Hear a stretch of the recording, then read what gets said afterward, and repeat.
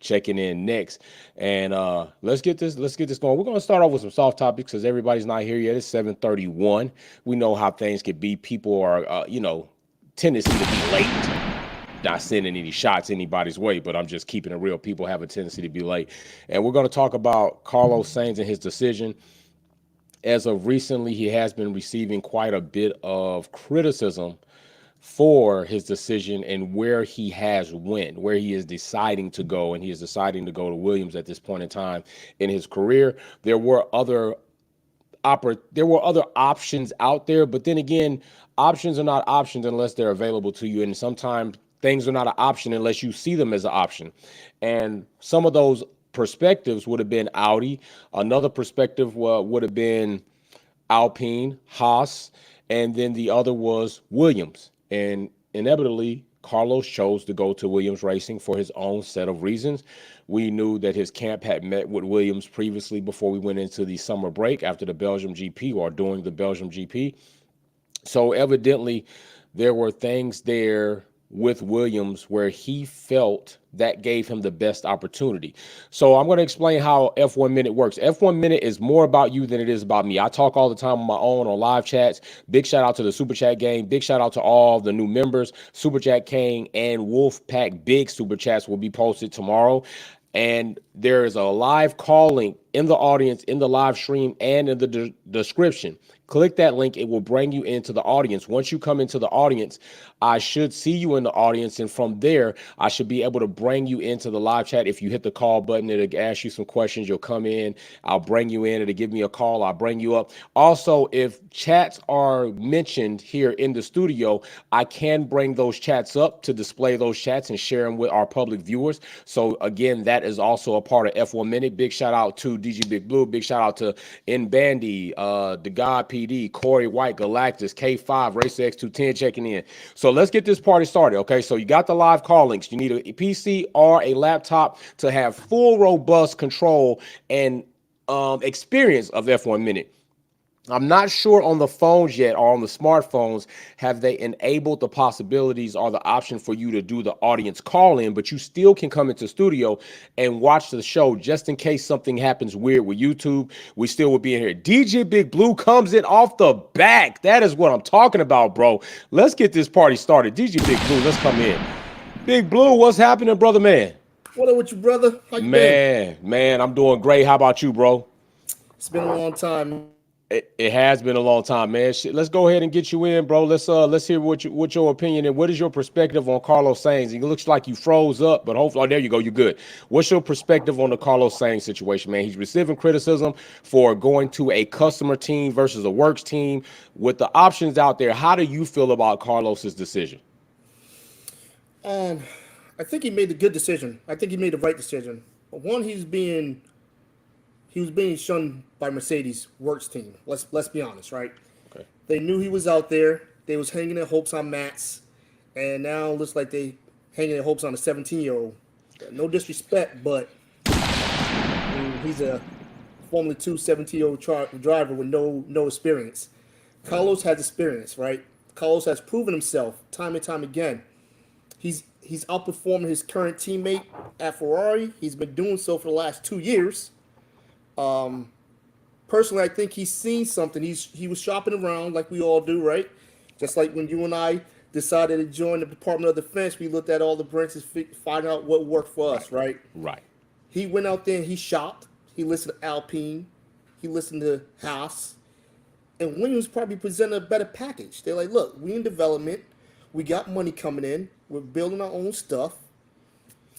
We can make it work. With this driving pairing, it can happen. And I think, like I told you before, or I mentioned in the chat, Williams is on the come up. I believe they're going to be vying for the best of the rest here soon. Granted, they're at the bottom of the pack right now, but I think they have the tools, the money, the back end, and now with the two drivers, they have nowhere but to go is up, Okay. And I think Carlos looked at that and he was saying to himself, where's the best team I can go to that's going to suit me, my driving style, and my expertise and my experiences that I'm going to be able to bring to a team and help them win again.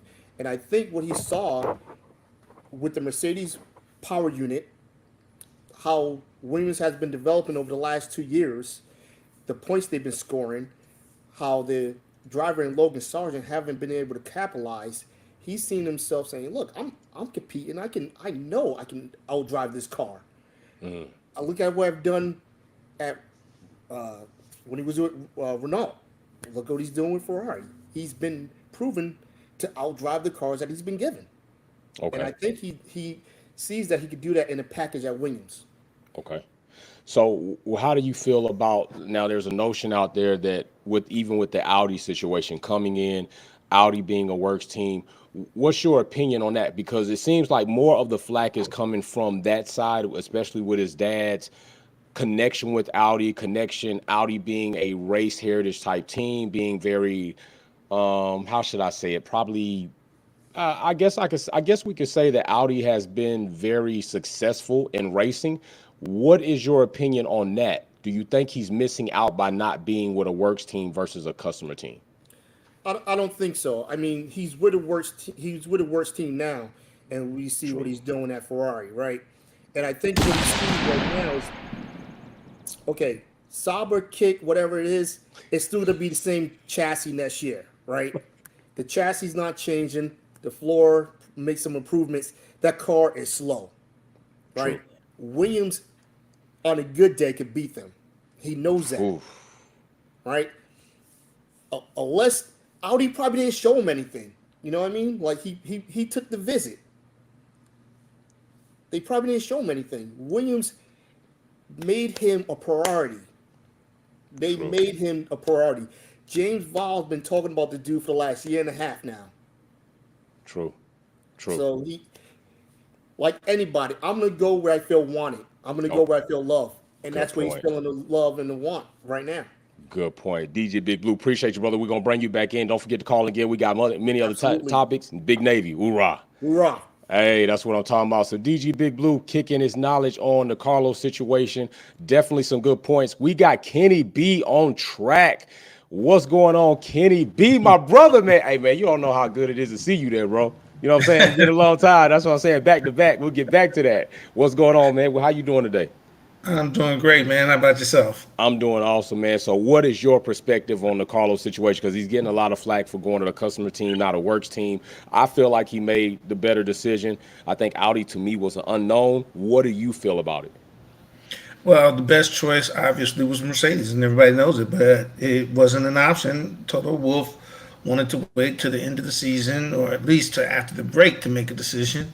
Okay. And I'm not sure if he's going to go with Kimi Antonelli, but I think he should have went with Sainz. That's just my because Sainz would have done that drive for 1 year, a 1+1. He would Okay. have did it.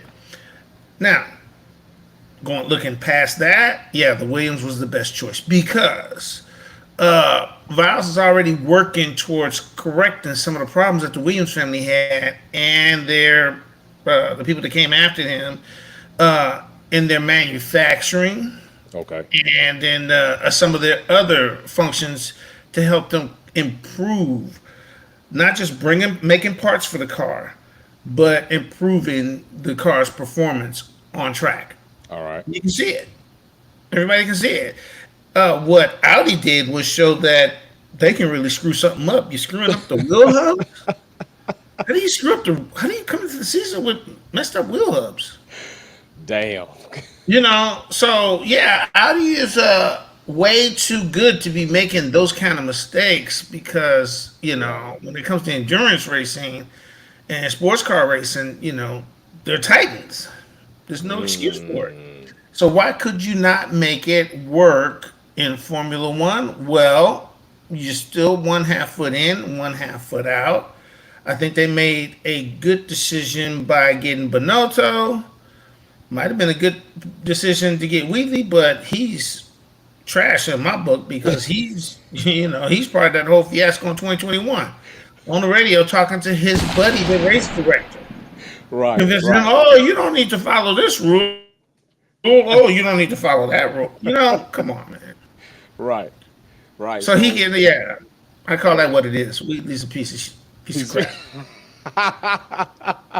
So let me ask you this: what do you think? What do you foresee Audi's realistic accomplishments being when they hit Formula One? Are you overbuying on Audi? Or are you more reserved on Audi's entry into Formula One and just hitting the ground running? Because I don't think it's realistic for them just to hit the ground running. But a lot of people feel like they are, and that's why Carlos screwed up. And so, how do you feel realistically about Audi? Big shout This out is to the, Mary Beanie. Hold on, Kimmy ain't ready for F1. Sainz made the right decision. She agrees. Go ahead, brother. this is the thing, and I never heard the specifics on what it is, but I think it was Audi or Porsche, same company, that came up with this landmark discovery when it comes to turbochargers.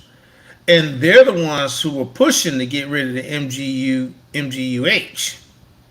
So, what are they coming up with? Because, like, with the MGUH, okay, like with the turbochargers, they're powered by the MGUH. So, in 2026, how are they going to keep those turbines spinning at a consistent rate so that you don't get turbo lag and then the car just takes off on you? Right. If you're not using the exhaust, which they perfected using, what are they using? So did Audi come up with some, unique invention for turbochargers? Possible, but there's a lot more to the regulation than just the new engine.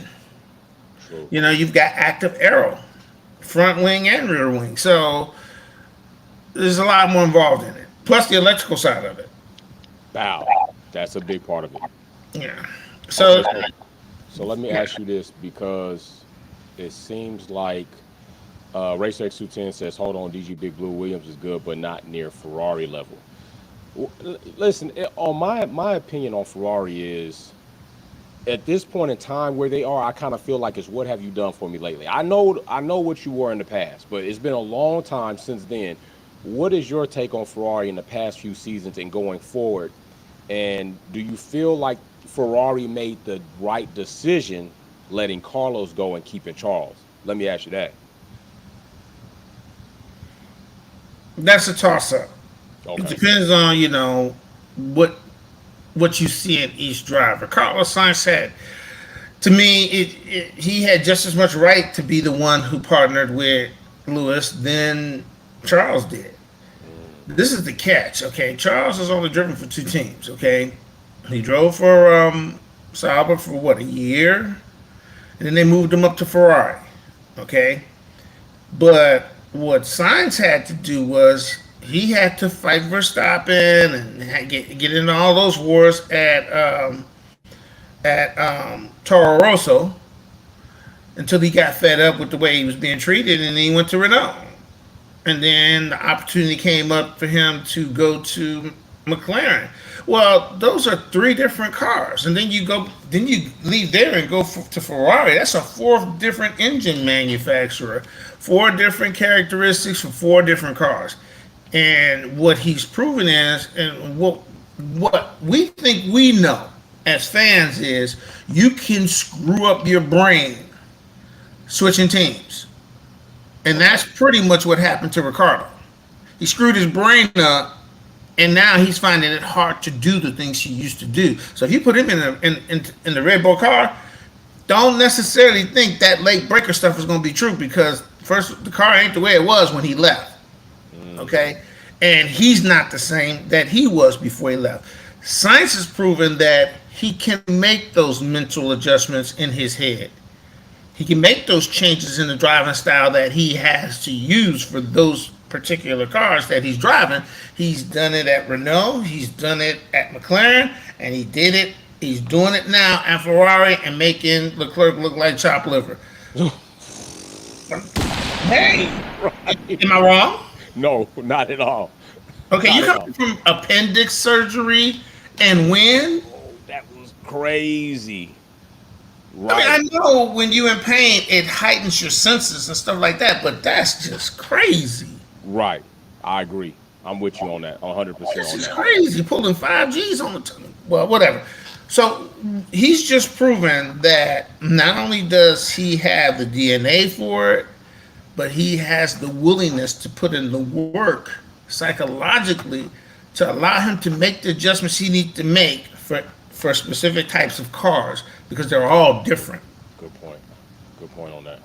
So I hope that answers your question. Yeah, brother, man. You already know. I know you're gonna be calling in more. Kenny B, you know what I'm saying? Always dropping great bars on the track. He's gonna be back. So I agree with Kenny B as far as the Charles and Carlos situation. I agree as far as the choice of Williams. I think Williams was a good choice. I hear and I don't completely dismiss the option of Audi, with some people feeling like maybe there was some missed opportunity there for Carlos being with another works team. But just like Kenny B just mentioned, he's with a works team now. And what has been happening for the past 3 seasons? There's no championships there. He hasn't been in the championship running. He was in a car that literally caught on fire. So I think so. And I do understand there's some people out there that feel like customer teams don't win championships. That's how people feel. The customer teams are not a leg up on winning championships. Well, works teams have won championships, but where are these championships lately in the new era regulations, going into another era regulation? So to me, I feel like Carlos made a sound decision about right now. It still will leave the door open for him later. Let's say Audi does come in. Let's say Audi hits the damn pavement running or tarmac running probably 2027. There will be an opportunity maybe for Carlos. I need to check his contract, what is the extent or the length of his contract with Williams.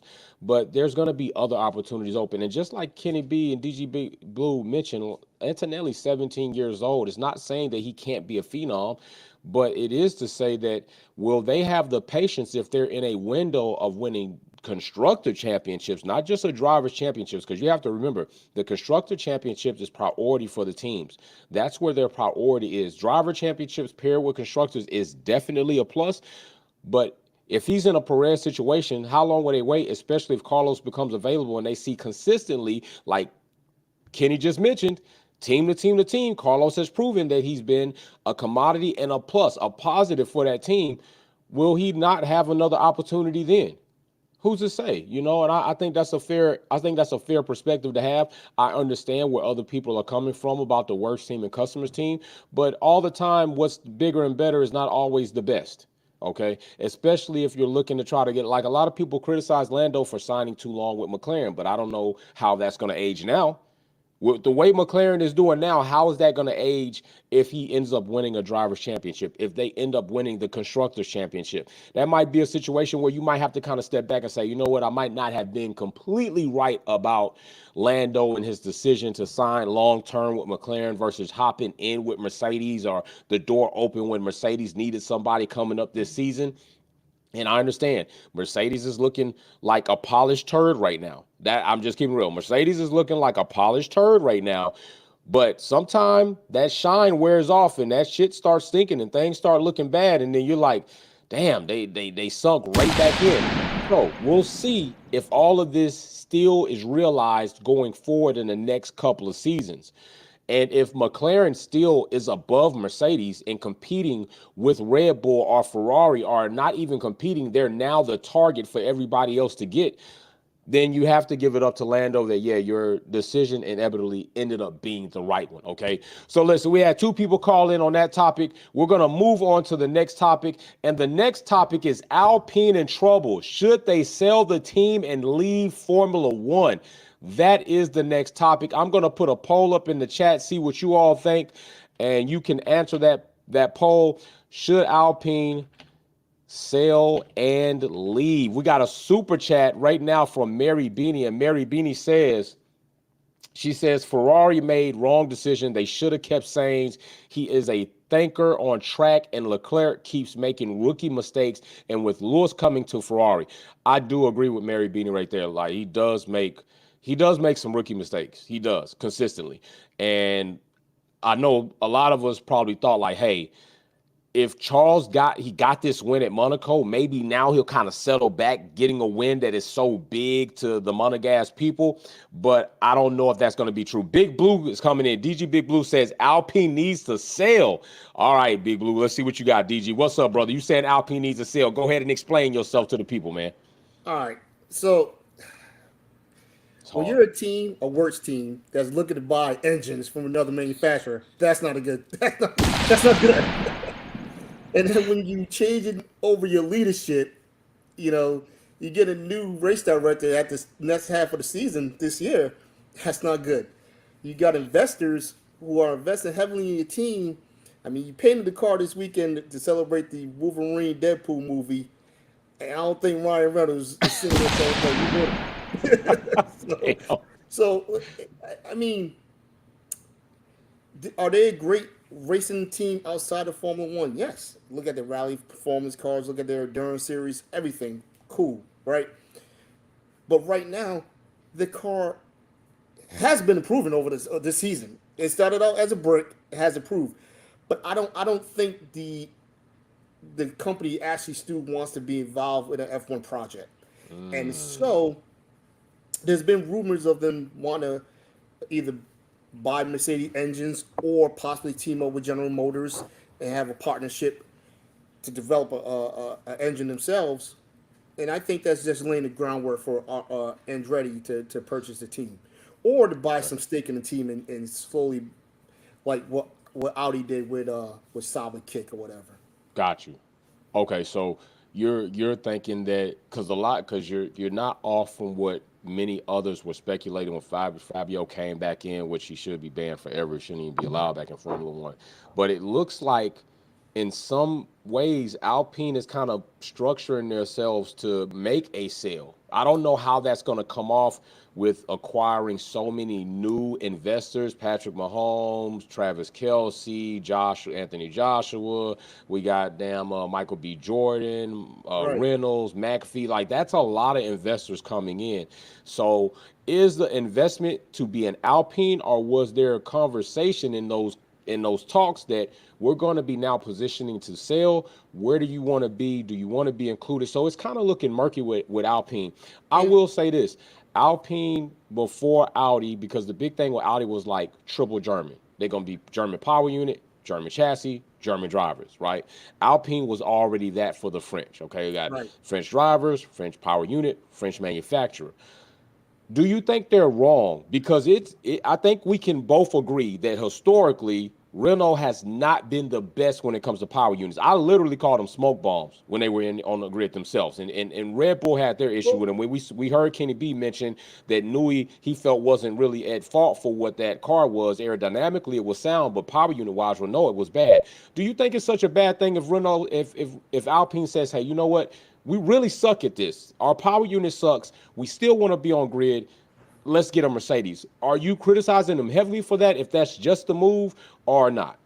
No, I'm not. I'm not criticizing them heavily for that, right? Okay. As a team, right? You got investors breathing down your neck. They want to win too. They putting money into the team. They're looking around the grid and saying, "Hey, look at what other customers are doing with their Mercedes power unit." Right? They are killing it. 4 teams. You know what I mean? 4 teams. Granted, come 2026, Aston Martin is going to be switching up to Honda, and they look at it like this: they're already making engines for 4 teams. Why, Right. it's not going to stop their supply. So why not? Why not take the engine? It would just be that 4th team. I get Right. it. And at the same time, when you look at corporations who are in position to sell or looking to sell, they change leadership. They might package something up and present it to their investors like, look, we are putting a deal together for XYZ. We're going to carry this over, put you guys part of the new investment team in this team or organization, or give you a buyout and go from there. Okay.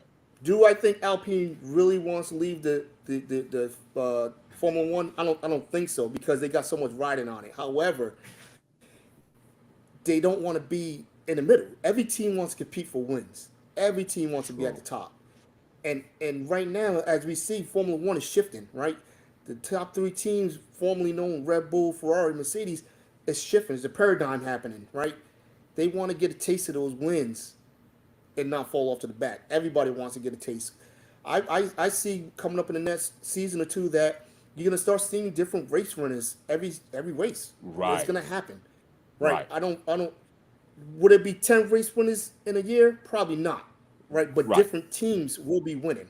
You know what I mean? Okay. I believe Alpine has a chance to make podium. They definitely do. But you got teams out there. You got other investors. You got other people who want to be in the fray more, and they're putting a lot of money behind their product.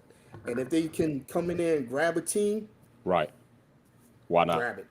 Okay, big shout out DG Big Blue coming in, checking in again on another topic. That's why I like get active, brother. Appreciate you for utilizing the opportunity, man. Baraka is coming up, our resident Red Bull expert on the track. Yes, I do agree. I think that'll be 5 Mercedes power units. You got Mercedes, you got McLaren, you got Aston, then you have Williams, and then you would have Alpine. But with Aston going to Honda, then you're going back to 4. Baraka coming in says Alpine should sell. Brother Baraka, how are you doing, good sir? How's it going for you, sir? I'm doing good. Am I loud and clear? Yeah, you loud and clear, bro. All I can hear you. So how you feeling about it, man? Alpine should sell, you say? Yeah, so I just feel like the past few seasons, Renault, Alpine, I think ever since that transition from Renault to Alpine hasn't been what they hoped. I think they've kind of each year has been a regression. Like peak Renault days with Alonso winning 2 off of Schumacher's head. You know, even though Crashgate happened, they were still up there. They were still up there, challenge. You know, putting up a fight. And even then later on, when Daniel Ricciardo and Ocon were there, they were still one of the best of the rest, roughly, on most times. And then you look at them now, with Alpine, you kind of see that they're not the same team. There's so much inconsistency to the point that the parent company at Renault, one report saying it's like, you know, we're going to commit. And then a few days later, they say, it's like, I don't know if this is financially, viable for us because, we're struggling. They're struggling too on the car in the car market too. Outside of France, because the French love Renault. There's no doubt about it. The French love, no doubt. But outside of France, I don't know if sales ain't looking too good for them. So, they're trying to see like financially where could they be, and right now the F1 Works team is under on shaky waters, on shaky foundations, and the way they're going is like they just don't instill me with confidence at all. Okay. Now, ideally, my pipe dream. Okay. Everyone in Wolfpack knows that I am the quote unquote the resident Red Bull guy. Sir. Yes, sir. But in reality, that's mainly due to Max. The one manufacturer, I think you already know on the lies, I always talk about this car brand. They are out. I know they've lost the 24-hour Le Mans twice in a row, but even then they won the endurance championship. I know there's rumors with Haas, just like a little sponsor, just a little title deal. But ideally, in my own pipe dream, in my own world, if Akio Toyota, because you know what, we could keep our WEC team, we could keep our rally team. Yeah. Let's just bring Toyota to the F1, and we have our little redemption story. Because everyone knew the last time Toyota was there, they spent money. Don't get me wrong, they spent money. Right. But the money wasn't really enough. They couldn't win. Yes. And even if they did win, it was just that one race every season. And to the point they had to leave. Right.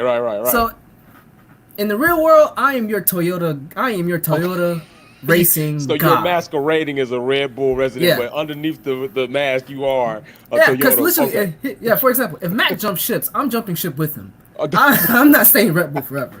Can't blame you for that. Many people doing with Lewis Hamilton, they going to Ferrari, right? Yeah, exactly. So right. Ideally, I'm the quote unquote Red Bull, but in reality, I'm your Toyota guy.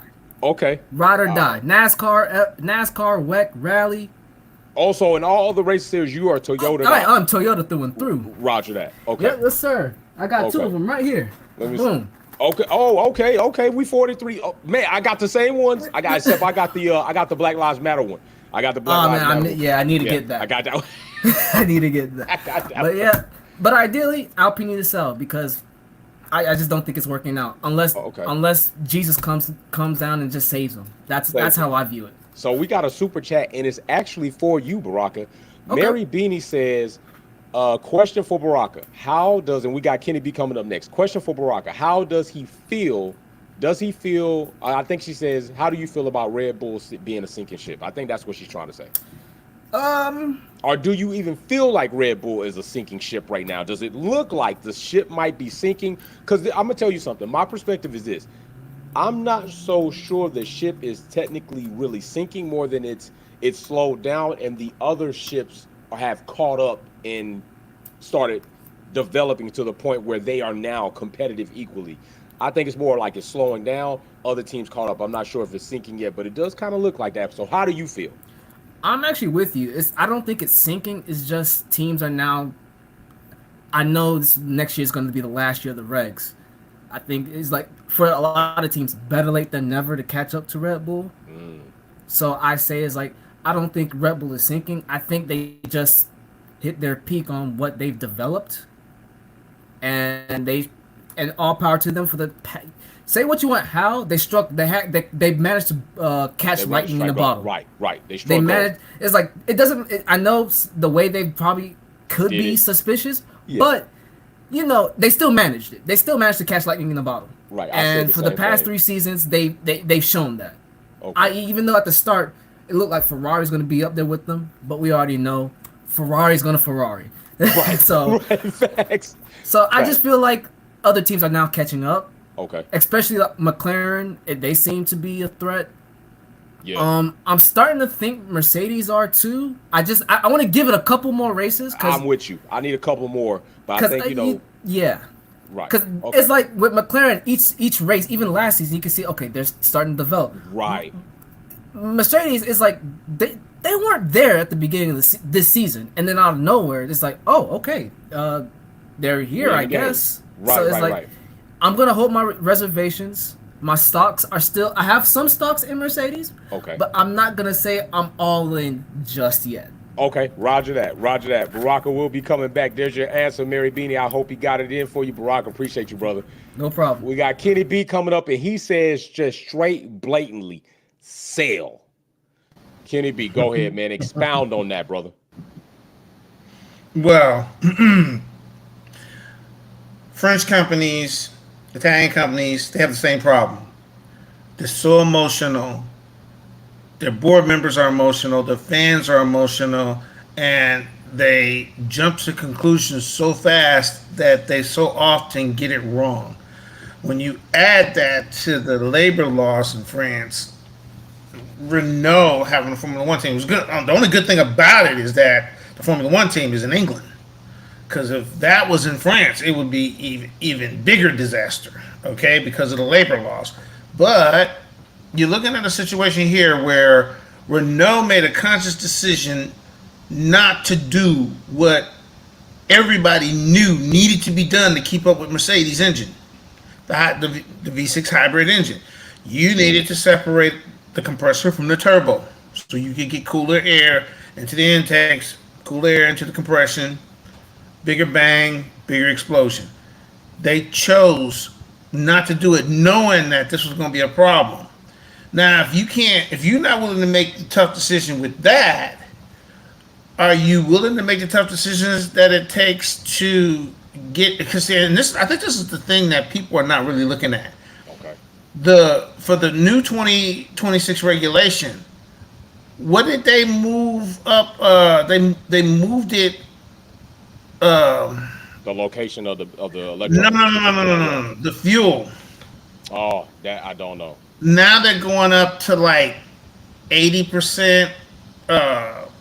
What do they call it? Talking about the mixture. Yeah. Carbon free or something like that. Yeah, where they trying to sustainability. Yes, it's got to be 80% sustainable fuel, some number like that. Okay. So that's what people are not thinking about is, okay, not only are we going 50-50 electric and active aero versus 50% ICE, that ICE has to use more green fuel. Right. And it's not easy to get the top performance when you do that. And I think that's why Ferrari did what they did when they got busted in 2016. Okay. They came up with some flimsy thing about we're going to help you do research on biofuels and all this and all of that and help you and be the test bed for your next regulations. Well, that's them doing you a favor. You know, that's the FIA doing Ferrari a favor when you got caught cheating. What's the sense in that? Well, it gives you, Ferrari, a heads up on getting ahead with the new engines and the biofuel portion of it. I think that's what they used to convince Lewis, along with the fact that I told you what I thought about Eddie Jordan. Yeah. He's an insider. He knows something. Right. And he's whatchamacallit, de facto negotiator from Adrian Newey. So, yeah, I think Ferrari can be ready. And Ferrari's got the same problems that Renault has in being susceptible to your fans and your board and all this and all of that, and being quick on the draw, firing people, all of that. All of that is bad for a race team. You have to be pragmatic to be running a Formula One team. Continuity. Like James Vowles. Okay, he's step by step eliminating some of the problems that they have in order of importance. Okay, you're no good if you can't get parts for the car on the car. Okay, on time. Okay, you're no good if you can't get correlation between your simulator, your wind tunnel, and your CFD. If you're not getting correlation there, you've got a problem. Okay, the team that can systematically identify their problems and systematically solve their problems is a team that's going to get ahead, and that's what Mercedes did. That's why they are back. Don't get it twisted. And next year they're going to win the champ. They got a good chance at winning the championship because they're going to change that front suspension from push rod to pull rod, and that's going to give them even more performance. Kenny B dropping some more bars out there saying Mercedes is going to be back officially. Mary Beanie again with a super chat says, Kenny, G, that was 2019. Yeah, I thought it was 2019 as well when Ferrari got caught cheating with the sensor situation. But trust me, we are in all like some almanacs. You know, Kenny B definitely got knowledge in Formula One. Like, hey, we ain't gonna crucify him for a date mess up. Appreciate you, Mary Beanie, dropping that in the super chat. I thought it was 2019 as well. But yeah, that was a situation. He is right about that. Like, for Ferrari to be involved at that level definitely gave them a heads up. Our next topic is about Haas next season. Haas, they done it again. Will this pairing work? Ollie Bearman with Ocon, very firmly known to be a teammate that gets elbows out to the point where it is detrimental to team morale. We've seen it with Perez. We've seen it with Alonso on track. We've seen it this season with Gasly, where I thought Ocon went over. I'm like, at some point in time, Ocon, you gotta dial it back. You're directly disobeying orders, and then you're causing collision, which then is impacting the cost cap, which is not a good resume builder, except for anywhere like Haas. At Haas, I totally missed it. Haas will hire you if you are wrecking, because I've told you all several times, above the door when you walk into Haas, it says wrecking is racing. So how do you all feel about this driver pairing? Do you think Ocon is going to be good for Ollie Bearman at Haas? Do you think Ollie Bearman and Ocon together will be a beneficial driver pairing for Haas? Or do you think this is going to be more Haas shenanigans? Okay, do you think that is what it's going to be? Because don't forget, I did forget to mention Nikita Mazepin. There's been some rumor that he might be coming back to Alpine, and I don't think that's going to be very conducive or productive with Gasly. But how do you all feel about the driver pairing of Ocon, Ollie Bearman coming in as a rookie, Ocon as a elder statesman in that team, do you think it's going to be beneficial? Do you even think it's going to be better than what we see with K-Mag and Nico right now? Or are we going to be looking at another Schumacher and Mazepin driver pairing in some way? How do you all feel about that situation? That is what I like to know. DG Big Blues Corner said Haas should have took Valtteri, the butt in the cheeks streak, man. Let's go, DG Big Blue. Let me hear what you got to say about that, man. So Valkyrie, in my opinion, I don't think Mercedes should have got rid of him, number one, because you see what happened with the development of the W13 and 14, and him and Lewis would have been able to ride that storm out together because they work well off each other. So I think Mercedes shot themselves in the foot when they took Crybaby Russell. However, I think because of his maturity, Valkyrie would have been a better mentor to a young driver, such as BEARMAN, right? BEARMAN, right. He has the ability not only to be the number one driver, but also to teach, right? Look at what he's doing at Sauber right now with Zhou, right? Right. With Zhou. So he's a teacher, he's an educator, but he's a driver as well. And I just don't think that Ocon is going to be able to do that. He doesn't have the maturity level. He doesn't have the team. He doesn't put the team first. And like you said with Haas, if you ain't crashing, you ain't racing, right? so I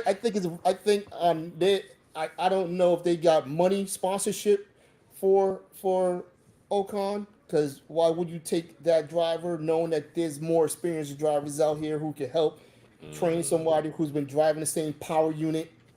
Because Kit Sauber has a Ferrari power unit. Why would you take a driver that doesn't know how to teach or be helpful at all? That's you know what I would say to that, DG. I would say that is this not Haas-like decision making? I think Schumacher and Mazepin was an epic fail. I think when we got to the point where they allowed Mazepin's dad to come in and make them do something so silly as to switch chassis by accusing them of giving Schumacher the better car. And then let's not even get into their plethora of rich energy drink and MoneyGram and their sponsorships, their inability to have good sponsorship consistently throughout them being in Formula One. And then let's also not forget, Haas is incredibly a double standard and a contradiction to the fact that they were an 11th team, and then to combat Andretti being a team to be added to Formula One was crazy, because I don't think Haas has done anything that Formula One can lay their hat on and say, since you've been in Formula One, these are the things you've accomplished for us. They literally have been receiving more from being in Formula One than Formula One has been receiving for them. And it's oddly funny that in the left, they said Andretti will be receiving more, and that's why we don't want you. So big shout out to 083 gifting somebody a shot. Scott Haley, welcome to the family. How do you feel about that, Big Blue? So you seen it when they brought two rookies together, right? They obviously was chasing the bag, right? Going after Russian money, putting him in a seat. I don't know, he didn't have no experience at that level. You know what I mean? Schumacher would have paired well with one of the experienced drivers like Grosjean or Keeper K-Mag, for that matter, right then and there. It would have been a better driving pairing. But they was going after the money. They're trying to stay viable. And yeah, they have some goddamn nerve, pardon my language, to badmouth another American. Come on, that makes no damn sense. You are benefiting now off the back of the 11 to 12 teams being brought out, like Red Bull brought out the Jaguar team, right? They are benefiting. Now they're trying to price people out from coming in, when the Concord Agreement says that you can have 12 teams on the field. Correct. On the track, 12 teams. Now they're trying to say the BS, there's not enough garage spaces, this and the other. That's bullshit. That's bull. Right. The tracks have to have ample garage spaces for up to 12 teams because they have to have it. It's in the contracts. Bro, right? they was allowing a fake movie team to use an extra garage on race. Right. You can't sit here and say that all these tracks are designed just for 10 cars, 10 teams, 20 cars. It's impossible. Plus, let's call a spade a spade. He that Haas, Gene Haas, and Michael are competitors in other series. He doesn't want to be showed up by Andretti in F1. Ooh. Doesn't Good want it. He doesn't want mention. it. That's why he's trying to price him out. They're trying to keep all the prize money for themselves, and they're all being greedy. Good With one the right exception there. of McLaren, with Zach Brown coming to the aid and defending Andretti, saying that they should be on the team, and other people saying, "Well, buy a current team. Who's up for sale?" Either we all know who should be up for sale. In my humble opinion, there's two teams that should be up for sale because they're both trash. Big shout out, Big Blue coming in, landing another one. We got Kenny B coming up next. Kenny B says it can work. So if Kenny B says it can work, we know that he's going to give us an interesting perspective and probably a persuasive one as far as why he thinks this can work. So Kenny B, tell me why you think Ocon and Ollie Bearman can work. Okay, well, it starts with Haas. Okay, now that they have a new team principal who's actually looking at the real problems that Haas had, and is actually working towards fixing those problems. Like the main problem they had was tire wear. They were wearing out their rear tires because they didn't have enough downforce on the car. Well, you can't get enough downforce on the car if your car is bouncing.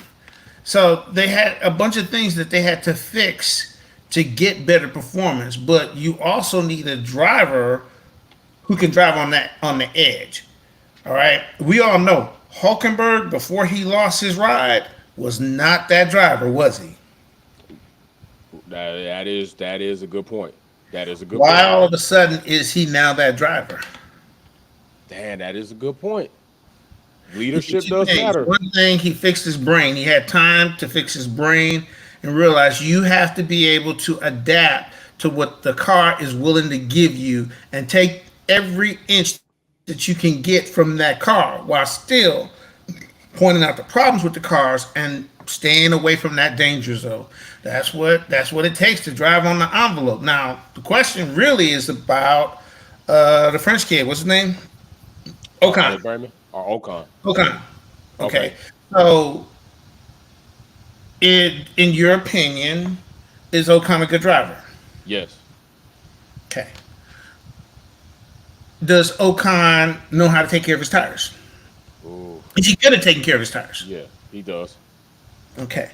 So that's two pluses. The one downfall is he's got a habit of fighting teammates, doesn't he? Yes, over the top fighting teammates. Yes. Oh, he goes, okay. So Yeah. we know what we're dealing with here. Looking at it from Haas's point of view, we still need a driver who can push the edge and still come back and tell us what we don't have in the car, what we need to do with the car. And Ocon can do that. Now, as far as him teaming up with Bearman and being a good teammate or mentor for him, that's not his job. It's not what he's there for. That's number one. Number two, Bearman is not going to tangle with Ocon. Bearman got his own problems. Bearman needs to learn all the things that he needs to learn to become a better Formula One driver, just like Piastri is doing.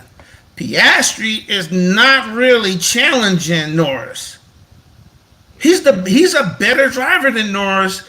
I think they were probably pretty even their first years coming in, but Piastri is actually better than what Norris is today because Norris can't control his emotions. Ooh. And that's something that Piastri has down Yeah, pat. check. Right. Not just that, but he's completely focused on learning the things he needs to learn, like taking care of his tires. Okay, getting better at making his tires last and still getting the performance out of the car. These are the kind of things, driving craft, these are the kind of things that new drivers need to come in and actually work on before you can be a racer. Okay, and that's what Bearman is going to be working on if he's smart. So how do you see there being a conflict between Bearman and Ocon? The Ocon teammate situation. Right. How do you That's see purely- there being a conflict with that? I see that being a conflict for the team, just like it is for Alpine now. if Ocon is over the top competitive with Bearman, causes collision, impacting the cost cap, messing up the team chemistry. Bearman's young coming in, just like a young rookie quarterback. They always say if you don't got a good pocket for them and they scat like a rabbit, technically you're putting your rookie quarterback in danger where they never really get a chance to grasp the game because they're completely running for their lives. And you're screwing up their brain, right? Right, you're screwing up their brain. Exactly. Okay. But that's not what Haas is looking at here. Haas is looking at, we need somebody who can push the envelope and help us move our car forward. Okay, we're not going to get that from Bearman. So that's not Bearman's job. So therefore, they have two different jobs. Bearman and Ocon have two different jobs. Bearman is no threat to Ocon. Okay. Ocon's responsibility is to do what Hulkenberg did this year. Push the envelope, keep that car on the edge, get every ounce you can out of it. We will help you with strategy to try and get points while we make small changes to improve the performance of this car. Okay. And he's been doing it. The team principal's been doing it. They've moved that car forward. Now, you don't see it in Magnussen, but if Hulkenberg can come back and he can make those kind of moves when he really wasn't that dude when he left. Right. Okay. That's saying that the team is making some very good progress. So if you got that, and then whose idea was it to put two Frenchmen together? Two overly emotional drivers. You can put them on a French team. Come on, man. That was they was already rivals since Kid Carter. That was a bad idea. What were they thinking? Right. That was dumb. That was dumb. Yeah, Alpine definitely deserved to get fired. That was his own demise. Yeah, exactly. So yeah, it can work. That can work. And as far as Haas, Formula One has done way more for them than they've done for Formula One.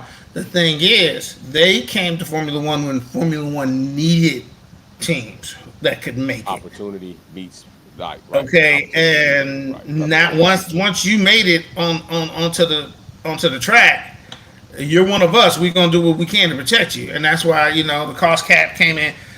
Andretti should have got that done before the cost cap came in. That's a good point, brother. That's a good point, Kenny B. Appreciate that, brother, man. Kenny B again with some hot shit. Like, hey, I gotta agree with the brother on that. It was a moment where the opportunity was matched right and they were ready. Opportunity meets preparation, and there it is. Destiny is manifested. I completely agree with that situation. I still think that they should be out. I think after some time, this is my opinion. I think after some time, if you are a new entrant, which Haas was at that time, I think there should be a review period, especially if you have other teams that have the financial backing, that have the power unit ability, as far as whether they're going to shop one or they're going to build one, that have been in other motorsport series. I think, listen, we have these prospects. You've had 5 seasons to show us what you can do. It's not what we think are up to standards in order to keep you. So what we're going to do is you're going to become Mercedes Matter now. You're going to be that team. We're going to have another team come on, and we're going to see where that sits. And guess what? Where the best man survive. All right. The spoils to the victor. That is what I would say. Let's get to our final segment. I hope to hear from many people that like different teams on this segment, our closing segment. New regs on the horizon. Which team will shine? Who do you think is going to prevail in 2026 right off the back? Okay, we're already going to be in a situation where ground effects, I think, are going to be a bit more regressed as far as their effectiveness on the car. We're going to be in a new era where the power unit and the electronic systems are going to be changing. The MGUH is going to be out of there. Okay, the MGK is going to be in there. So where do you think these teams are going to sit? Do you think Ferrari, Mercedes, Haas, Alpine, hopefully they're still going to be there. I don't think they're going to. Red Bull. Who do you think, McLaren, who do you think is going to shine the most in 2026 when the new regs come in? I will tell you right now, I am kind of stuck in between Ferrari and Mercedes, honestly. That's where I'm stuck, between Ferrari and Mercedes. I think Mercedes are a bit more leading for me. Baraka says, I honestly don't know. Baraka, let's go, brother. Okay, man, you honestly don't know. What do you got? So, where I'm coming from is the way I saw the wider F1 community when the ground effects came in a few years ago. When there were teams that saying, there were reports like, Red Bull started very late into their development program for the ground effects rule. Ferrari is like, they got their package on point. Mercedes is like, they will regress, but they'll still be challenging. You know, they said there's probably going to be a team in the midfield that will come up and be the new team to be a threat. And then after that, we just saw Red Bull. Yes, for the first few races, they were kind of fumbling, but then they just had it in the bag for the past 3 seasons. So I'm coming into the point is like, whatever report that I've seen in regards to this new regs means nothing until I see it on track. I'm not counting testing. We all saw testing, and it's like teams dominate testing, but lay a massive egg in the season. So I'm like, I will make my judgment after the first few races of that season. Okay, that's fair. Because at this point, I can't believe the report said this team will get this right, and then when the new races come in, that team got it massively wrong. Like we all saw Mercedes with the zero side pod, and teams like, hey, you know what? Mercedes might be onto something. Oh, they were onto something bad, something shit. So I'm coming into the point. It's like, I don't care what the report says. I have to see it with my own. I'm going to do my eye test. I don't care. I do not care if said team may be struggling with this part of the regs with the power unit. I don't care if aerodynamically this team is reported to be struggling. I want to see it for myself after testing, because teams will use testing. Is like, okay, maybe we could tweak this with the remaining budget of our remaining regulatory budget for this season. Right. So that's where I'm coming. So I don't know. I don't want to know. I'm saying, hey, you know what? Surprise me. Okay. Get that up. Baraka says he wants to be surprised. Paul says Ferrari will shine. I believe they have some great engine engineering. Racer X210 says for Jeddah, BEARMAN not only out-qualified Ocon in his debut, but he took P7 to Ocon's P13. On our back door, we got the Navy fellow shipmate, DG Big Blue, Navy Uraj's going to come in, and he says every team has a chance. Tell me why you think this is the case. NFL cost cap, right? Check it out. F1 is following the model like the NFL put out there, right? Every team, you got 32 teams, 32 opportunities, because every team is playing within the rules, right? Every team can only spend so much money on SYZ, unless you are Williams, who's been given an exception because of old facilities. They have the right to build and develop and this, that, and the other, but they're still given a fair chance to play it out. I believe every team coming into 2026 have a shot to see who's going to be the top dog.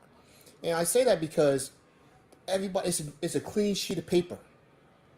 Only thing that we know so far is what the power units are going to be. We know what the ground effects rules that's going to carry over from these regulations, right? What's changing? How the power units are going to operate. So you kind of got to understand what's happening right now with the next season coming up, 2025.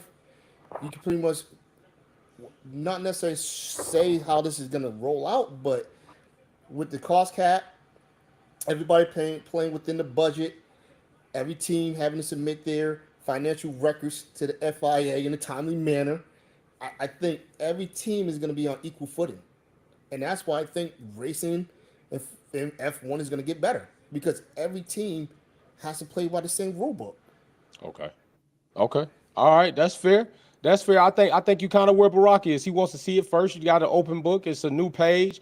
DG Big Blue, big shout out to you, brother, man. I think that's fair. Kenny B says the team that has Adrian Newey is on. Kenny B backdooring the F1 minute conversation. Let's go, Kenny B. All right, brother. What's up?